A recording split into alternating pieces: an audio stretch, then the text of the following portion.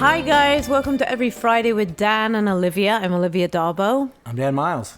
So my topic for today is about idols. People that influence us when we're kids. And what strikes me as being interesting is when you're, a kid and in your adolescence, I think what's great about that is that you have people to look up to, but there's something definitively different about an idol when you're a kid, and then as you become an adult, something sort of changes, and who you're kind of influenced by.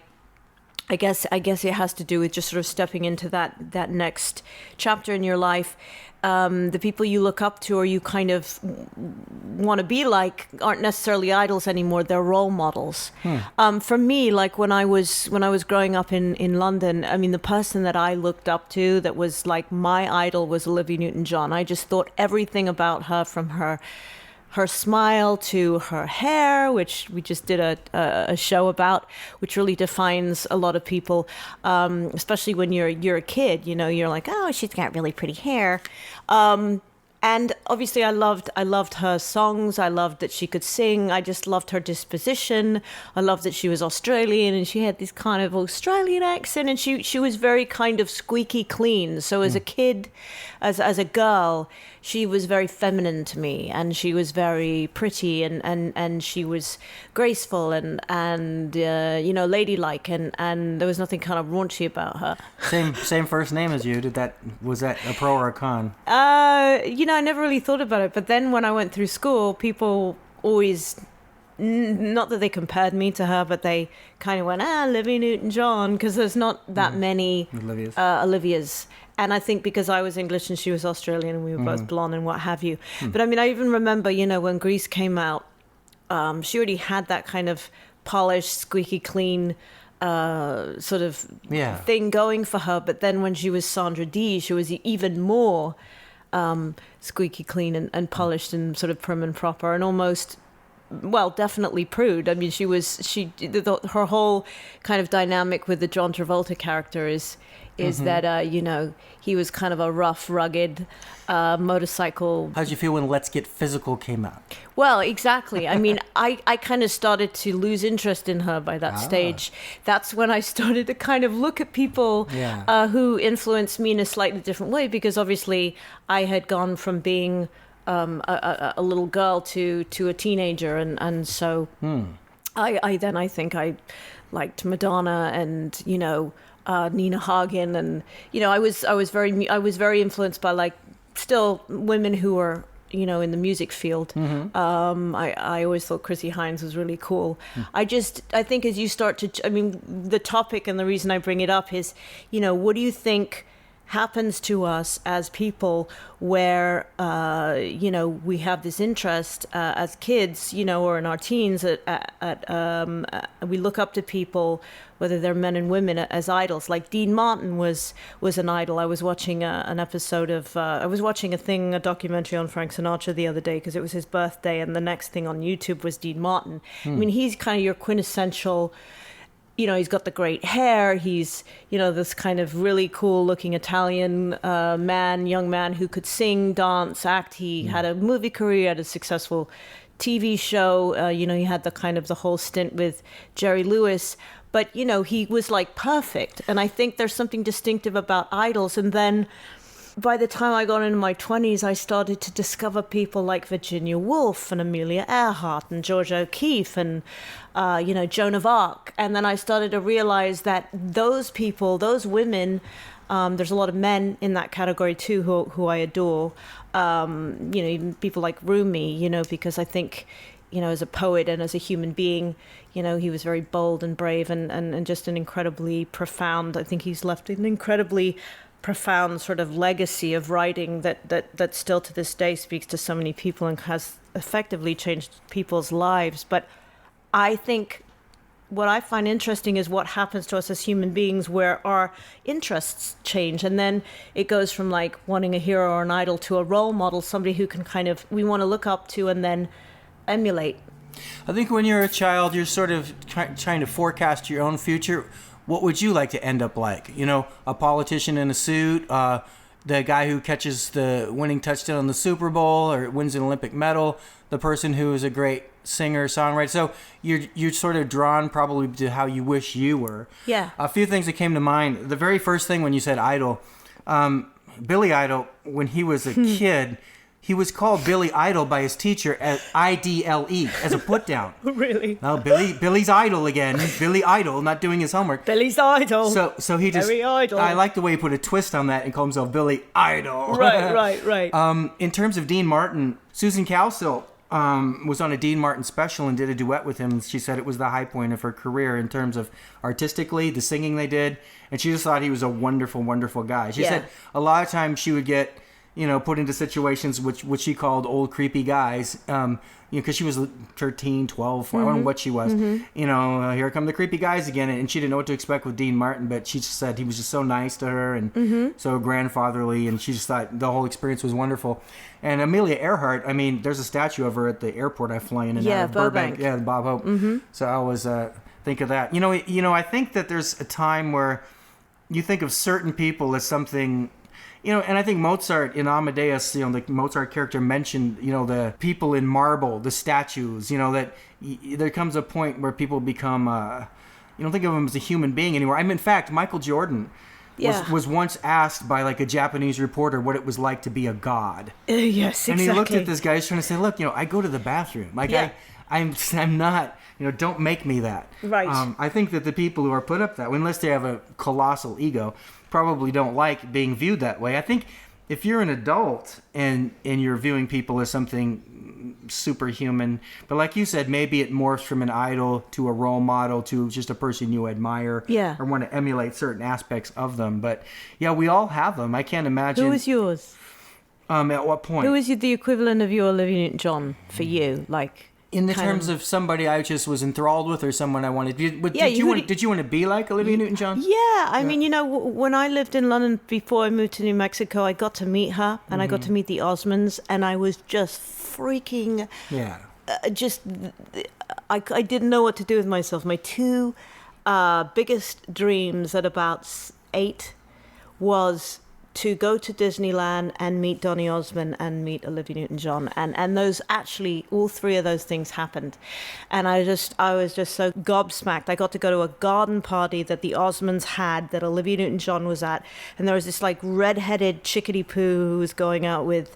She looked like his clone, like his female clone of Jimmy Osmond, who was actually, a ginger. He was a redhead. He was a redheaded Osmond. I thought the Osmonds were a little bit before your time. I mean, they kind of were like an early 70s thing. Yeah, I was, they played their show in London, so I remembered them. I guess I remembered Donny and Marie. Did you ever find yourself in danger of being blinded by their teeth? Oh, yeah, absolutely. I mean, those are the biggest gnashes I've ever come across. But here's the thing is that, so there was a picture that I was in, that I got to be in, an actual photograph that I took to Taos, New Mexico with me, that Olivia Newton-John was in and Donny Osmond was in. And because I took it to school every day and I was so obsessed with it, and it was such a sense of validation for me, it was such a cool factor, which, that when you're sort of 11, that's very important, you know what I'm saying? And I was in a new school and I was in America. By the time I got there, I'd worn it out so much the picture broke in half, so I had to sellotape it back together. Kept falling apart, so I had one side of the picture that Olivia Newton-John was in and the other side that Donny Osmond was in. But in those days, those were idols, I think it stems from the 50s. For some reason, it as an English person, when you grow up there, you think of America. Still to this day, I think English people think of drive-in movies and milkshakes and hamburgers and Elvis, and I think the whole Brit rock thing that came over to England was really from it was like residue, but stemmed from the 50s that then generated this whole excitement with blues and rock and roll and Well, to answer your question from earlier about who my idols were, because I've been thinking about it as we've been talking, it's funny, if I looked at the Beatles, the person I related to was George Martin. Yeah, If I understandably. looked at the Doors, the person I related to was Ray Manzarek, not Jim Morrison. Yeah. You So know, the brain behind the machine. a lot of my sort of heroes were black sports figures when I was a kid. Yeah. I was very impressed by a lot of football players and baseball players and athletes. Not that I ever imagined I would be an athlete, but I just, was impressed by that. But I would say now composers impress me, like a Henry Mancini or a George Gershwin or a film composer or, Donald Fagen or Stevie Wonder or Sure. people like that. In terms of an idol, not them personally in their personal life, but what they achieve. Mm-hmm. If I could do a Night Fly or a Songs in the Key of Life or a John Williams score or something like that, it'd be that. I don't think there's anybody I think it's very important not to idolize someone to the extent that you put them above you in terms of basic human worth and value. Yeah. I don't get starstruck per se. I could meet There President. goes that siren. I can meet. Happens every third episode. I can meet President Obama or the Queen of England or whatever, and be respectful to them, but not act like I'm not worthy. Yeah. Well, I mean, that's a really interesting point, Dan. Maybe that's one of the components that actually happens to us as we move from our adolescence into our adulthood, that we realize that as we're growing and evolving and living life and out there in the world, that we need to sort of make a change in how we think about people and who we're influenced by. I mean, for me, what I noticed that started to happen is I got very intrigued with people not necessarily that were currently big or influencing society, but people sort of 100, 200 years, 300 years back. And I was very taken by the chances that they took at that stage in history, where they kind of, like Virginia Woolf, she was writing really incredible literature that still speaks to such a wide range of people. She really took a risk as a woman and stuck her neck out. I mean, as did, George O'Keeffe. And obviously going back even more in history, Joan of Arc. I mean, she was a saint, and there was absolutely no fear in this woman whatsoever. I mean, we spoke the other day when we did our last episode about, me getting blown up with, in that Alias episode with dynamite. She was burned at a stake. And I mean, even that footage, I was so struck by the film, the silent film that was made, I think in 1910 or something. Whoever that actress was who portrayed Joan of Arc just did it so brilliantly. But I really got the sense of who that woman had been, and it really struck my imagination that back at the time that she lived in, she changed the world. And I think that's what happens is maybe that's one of the components that you just mentioned, is you start to kind of put things into perspective more, you start to connect the dots more about like what it's like to be a human being, what really makes you stand above and beyond most, what people do that kind of goes beyond the call of duty or of what most people are kind of doing walking around on the planet. Would you say it's more important possibly for a female to have a role model because females traditionally have had fewer avenues for success? For example, the expectation on a guy, you mentioned the 50s, the expectation of a male in the 50s and a female were very different. Yeah. And so I would imagine if you see a female succeed in an area that typically, and my kids are going to grow up not thinking that, all the guys in the school are going to run faster or be stronger than the girls in the school, because there's girls out there, for example, lead guitar in rock and roll, between Orianthi and Jennifer Batten. And there's so many great female musicians on every instrument now that it isn't a novelty anymore. It isn't like, oh, look at that female who plays good guitar. It's like, nobody really thinks about boy, girl, old, young anymore. Some people just have the chops. And I love that fact. Yeah. But, our generation coming up, I mean, it's like to be a female hero. In others, I think it's more of an accomplishment in a sense than being a male hero. Because, there's more of an expectation on guys to succeed, and with them say, you don't even need to try, hon. Don't even bother, because, F you, here I come. Yeah. That's pretty cool. Yeah, definitely. I mean, if you think about people like, we were talking about Joan of Arc being a saint, or you think about people like Gandhi. I mean, I was talking about Rumi, who's also a man.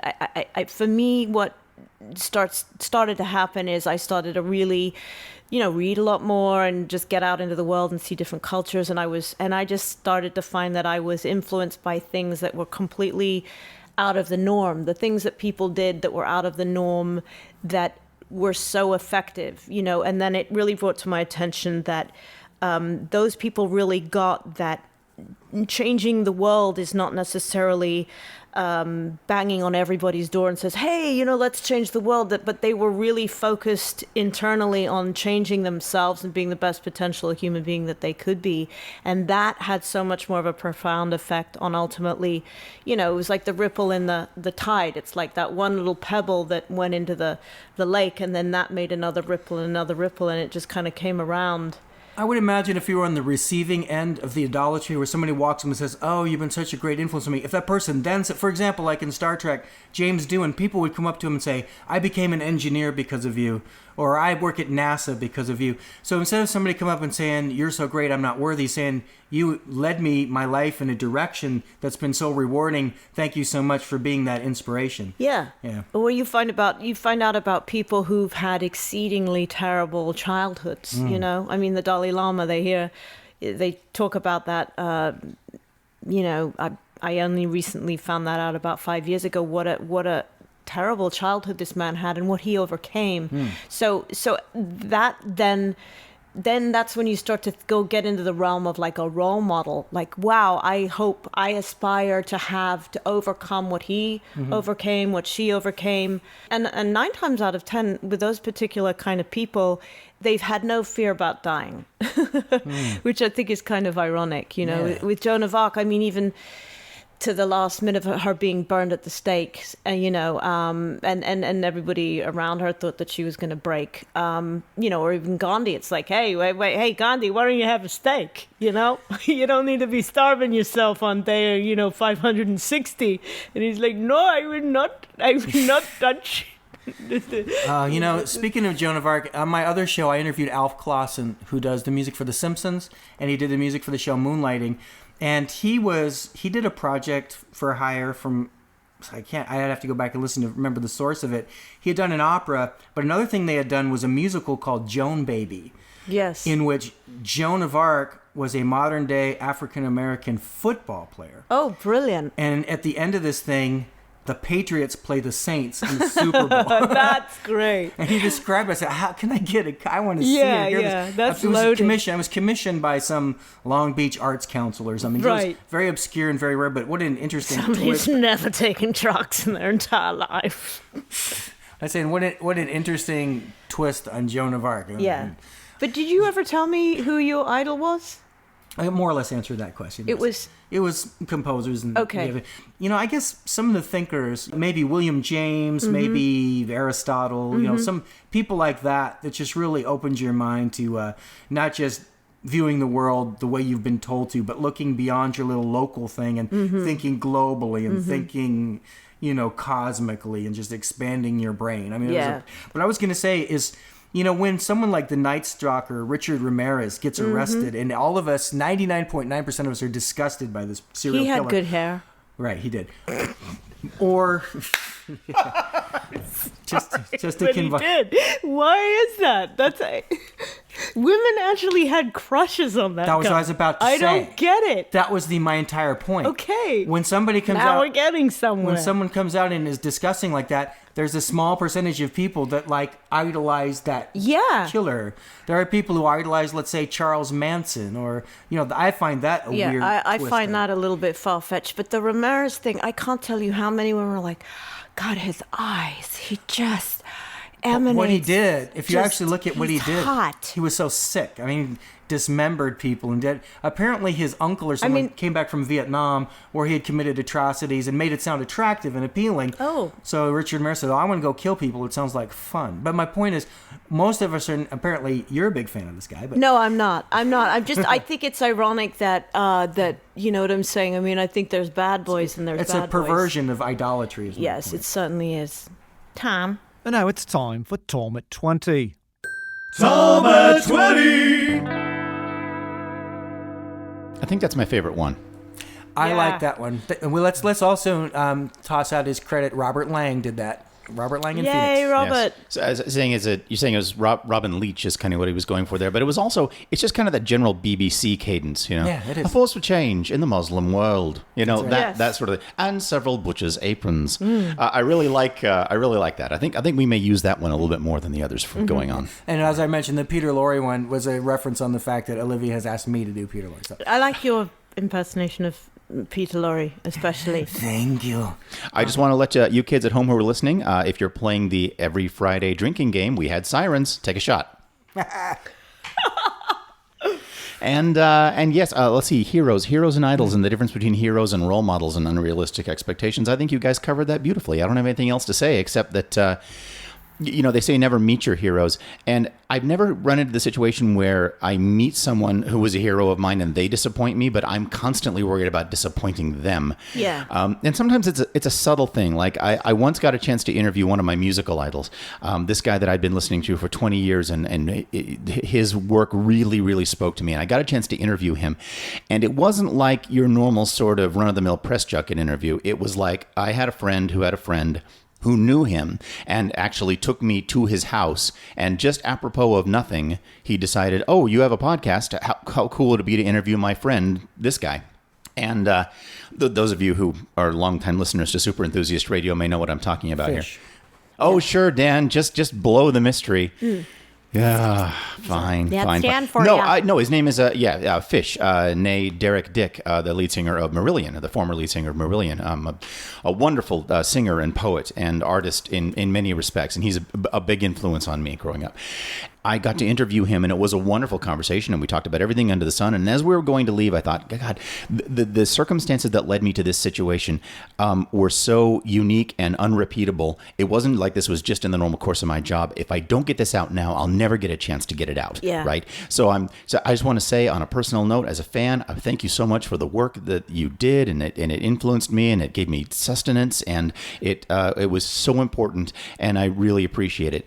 And you could see the look on his face, like, oh, just he was like kind of, we met and there was no baggage, and we were having a chat, and it was great, and we had many topics, and I think we had a nice little connection here. And then all of a sudden, like, fan mode kicked in, and he was like, oh, just a tiny It was bit. an awkward. Oh. Yeah, and not like extremely, but like that, and then quickly changed it. Well, thank you very much. And I had more or less the same experience with George Martin on the streets of London. I told this story. Really? I told this story on my interview with Robert Rodriguez. I just ran into him on the street in London, and I made a comment to him about. I had my picture taken with him, and then we spoke a little bit, and then at the end, I said, "Oh, I've enjoyed your work," or something like that, and he's just kind of like. Thanks. Like, kind of like, Yeah, I didn't know he was embarrassed, or he thought, idiot. But he seems like the kind of guy who, is probably behind closed doors somewhat self-deprecating, because that's a very British thing. And I think he's probably was uncomfortable with, you don't know if that was really you or just his... Well, like Tom said, is the way I felt about his reaction Yeah. and what I had said. And sometimes it's really all about context in some cases. It's not that, oh, this is how someone treats their fans. It's not that. It's that we were having a conversation that had nothing to do with that, and then all of a sudden the roles kind of changed. Reversed. And it's like people can sometimes be uncomfortable about that. I mean, Neil Peart of Rush is famously this way. He loves meeting strangers. He loves hanging out with people. But the second he realizes that they know who he is, all of a sudden there's all this baggage on the table that wasn't there before. Yeah. And it can be uncomfortable for people. But I mean, this was a tiny, subtle moment that probably only I noticed. This wasn't like that episode of Community with Troy and LeVar Burton. Where you can't disappoint a photograph. It wasn't that. You know? Yeah. I'm sure that since you were with him so long, and by the way, I tossed the name out not to wreck your flow, just to impress you that I listened to that. I'm a follower of yours as well. Well, I'm duly impressed. Yeah, okay. Well, but my point is, you spent so much time with him, and that was just a microscopic point of it. Even if it was the closing, I'm sure like the next day or something, he remembered all the other stuff. He didn't remember that. If it would have been the reverse, like you're like cool for a minute and then an hour of fanboy. But it was it was just like the mask slipped for a second on me, and I'm like, oh, I regret that. I regret that. What's interesting to me, I just ran into a woman the other day. I was dropping something off at a present off to somebody in a building, and I was asking her, where the ladies' room was, and she was, she really couldn't have been bothered about helping me whatsoever until she kind of put two and two together that I played Nicole Wallace on Law and Order, and then suddenly her whole demeanor changed, and she was like, "Oh, you're that." Well, she said, "You're that actress who." No, she said, "You look like that actress who."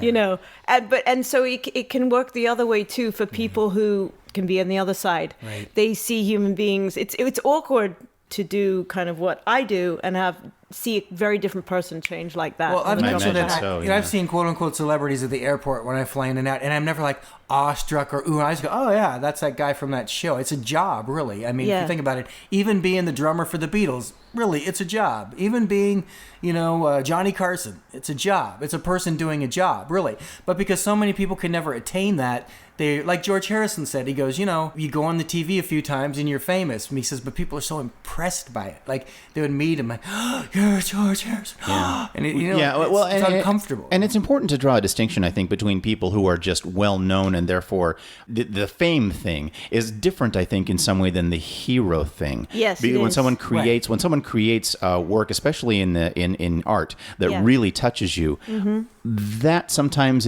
it's hard to make that into a two-way street. You know what I mean? Yes. One's a little more shallow than the other, I think. Mm-hmm. Well, in the case of Neil Peart, the fame thing, than the hero, definitely. Yeah. A lot of musicians, like Neil, is considered one of the greatest drummers ever, but I'm sure he doesn't think of himself that way. So what do you really say to someone who walks up and tells you you're great? What can you really? Oh, thanks. Well, and what do you say? What do you say after the 29,000th person who said that to you? You go on automatic, I would think. Yeah, I would imagine. So, I think we should segue into Olivia's tune. Cool. This is, you were asking me yesterday how I found this.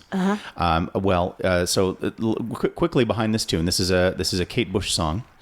That Olivia brought in yesterday, and there was only the one copy of it, and I think what happened is your copy of the song is labeled differently from the other copy of the song, because I was online scouring for it, couldn't find it, couldn't do anything, and finally we had the idea that okay, let's whip out the iPad, play the tune, and then there was this handy app which I will shamelessly plug for absolutely no recompense at all, called Shazam. Right. And it will listen to the song and tell you what it is. Huh. It's a fantastic little thing if you have a phone with a microphone on it. Yeah. So I did that. Learned that it was a song called "The King of the Mountain." Oh, okay. From the Ariel album. Yeah, no, that makes sense actually. Yeah, that completely makes sense. I think because the word "the wind is whistling" was in there. I thought it was called the wind. Let's play it and find out. Let's play it. I think a lot of people know, Running Up That Hill or, Wuthering Heights. I think that's the same song, actually. There's so many Kate Bush's her songs that are, infamous for one particular reason or another. I liked the non-specific randomness of this album. Obviously, I don't think Kate Bush can ever kind of help being ethereal and whimsical and rhapsodical in her approach to music, but there's even one song on here about a washing machine, which I was really, really keen to potentially play, but I kept hearing the phrase Rose Bird in there. Chief Justice of California, Rose Bird. That's what I could think of. How funny. I don't know. I like there's something about the lyrics when you can hear them, and it's funny because they're not that articulate, especially in the beginning of the song. But she might have done that as a choice. There's a rumbling, rolling quality to the rhythm, but I like the production a lot and the whooshes and stuff that come in and out. Yeah. So. Cool, and it is sort of, we're learning about your tastes because it's similar to some of the other ones you play too. Not like identical, but the Nick Drake. Yeah, that's his song. Yeah. Did it remind you of Nick Drake? Yeah, the particular tune you played, it did, yeah. Really? A particular tune of his and this particular. Yeah, I suppose, well, they both have folklore Brit influences. Obviously I think he died in 1969, and so they have that kind of Gaelic folklore sensibility in their music. She's Welsh, he's Welsh. That's a correlation right there. That might be why. Yeah, and now that you say that, I realize that isn't the song. It was like the next one you played by the other guy, the son of. Oh, Jeff Buckley. Yeah, that's he's what really American. reminded me of. Oh, really? Yeah, I love big drums. I love how you were able to tie my wrong answer and just tie it together so neatly. There's when it always was a really, way through the maze yeah, to Dan and Olivia. It was actually the Jeff Buckley tune. It reminded me. That's so funny. It's so funny. Yeah. I mean, yeah. I guess there's a very specific thing that I like, and it's interesting that you hear it. So next time, hit us with Dean Martin. Yeah, the next one I'm going to hit you with is I'm not going to give it away, but it's a Scottish group. Okay. Yeah. Hit me. I can take the pain. Yeah, but maybe I will play some Dean Martin. I like Dean Martin. Fair enough. Those Brat Pack Kids. Okay, well, this is a nice long one, but I think we will sign off, and everybody have a great weekend, and we'll see you next Friday. See you next Friday.